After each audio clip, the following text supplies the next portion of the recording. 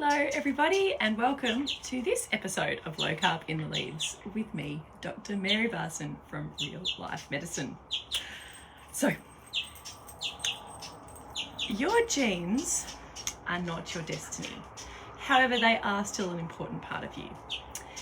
I am someone who is insulin resistant. So I had polycystic ovarian syndrome and obesity in my early adult years. And this is just my genetic inheritance. I've got a very strong family history of type 2 diabetes, and I'm someone who is just genetically primed to be insulin resistant.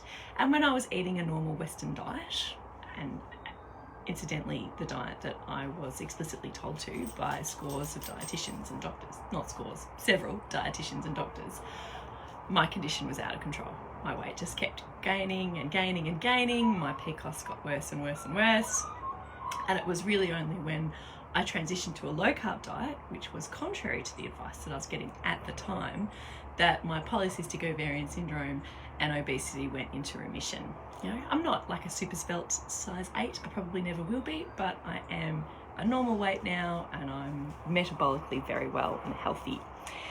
And I'm confident that by continuing with type 2 diabetes in the future, I really am. So that part of my genes is not my destiny. And the same goes for all of you guys.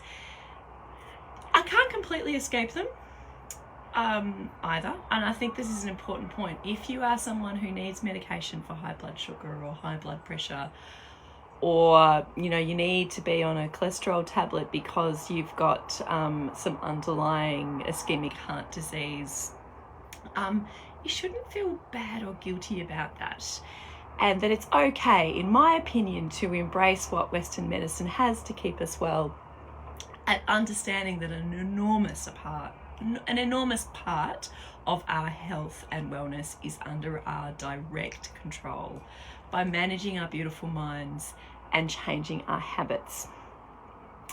I could give you an example right now about how I'm not completely avoiding my genetics when I thought that I would, since I'm processing this. I'm pregnant. I'm 33 weeks pregnant now, almost, yeah.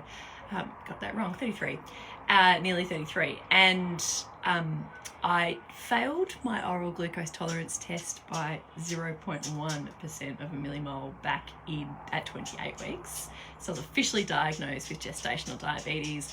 I put in a glucose monitor, started monitoring my blood sugars, and was feeling so cocky, I can say in hindsight, because my blood sugars were absolutely pristine, plumb normal. What are you talking about? I don't have gestational diabetes. You don't know what you're talking about. With my low carb, real food diet, my blood sugars are perfect. And they were perfect. But as this baby is growing and making more and more of these, the placenta in particular is making more and more of these various hormones that help the baby grow, they actually make me more insulin resistant. This happens to all pregnant women, especially in the third trimester. We all get more insulin resistant. One of the main reasons why women gain weight during their pregnancy. I'm not gaining weight during this pregnancy, but my blood sugars are creeping up. With me eating low carb real food, they're still creeping up, which is confronting. They're still fine now. They used to be absolutely perfect, fasting blood sugars of less than 5. Now my fasting blood sugars are like just a bit, they're 5.1, they're 5.4. And the endocrinologist is saying, don't like this, you need to go on insulin. I also haven't been exercising because I had COVID and then I got unwell. So I haven't exercised much at all for the last 3 weeks, which would be contributing. So I'm hoping with some exercise, maybe those will go down, but they probably won't. So I probably will need some long-acting insulin at night in a week or 2 or 3, which is okay. Like, that's all right. I can embrace Western medicine and sort of use that tool to keep my blood sugars really tightly controlled overnight so that my baby's not exposed to, higher blood sugars to help his epigenetics later on in life. So that's my thought. You can control an awful lot in your life, including how you feel about your current health status. You can control the direction your health takes, and you can control how you feel about your health as well. All right, guys, have a fabulous day.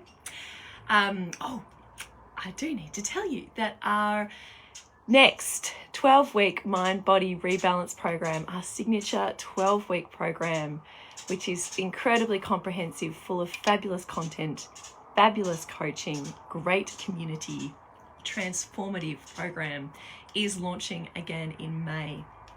And we've got our waitlist open. Waitlist people will get special bonuses. So please check out our website, rlmedicine.com. And if you are interested, join the waitlist for our May intake of our 12-week mind-body rebalance program. All right, beautiful people. Have a fabulous Friday. See ya.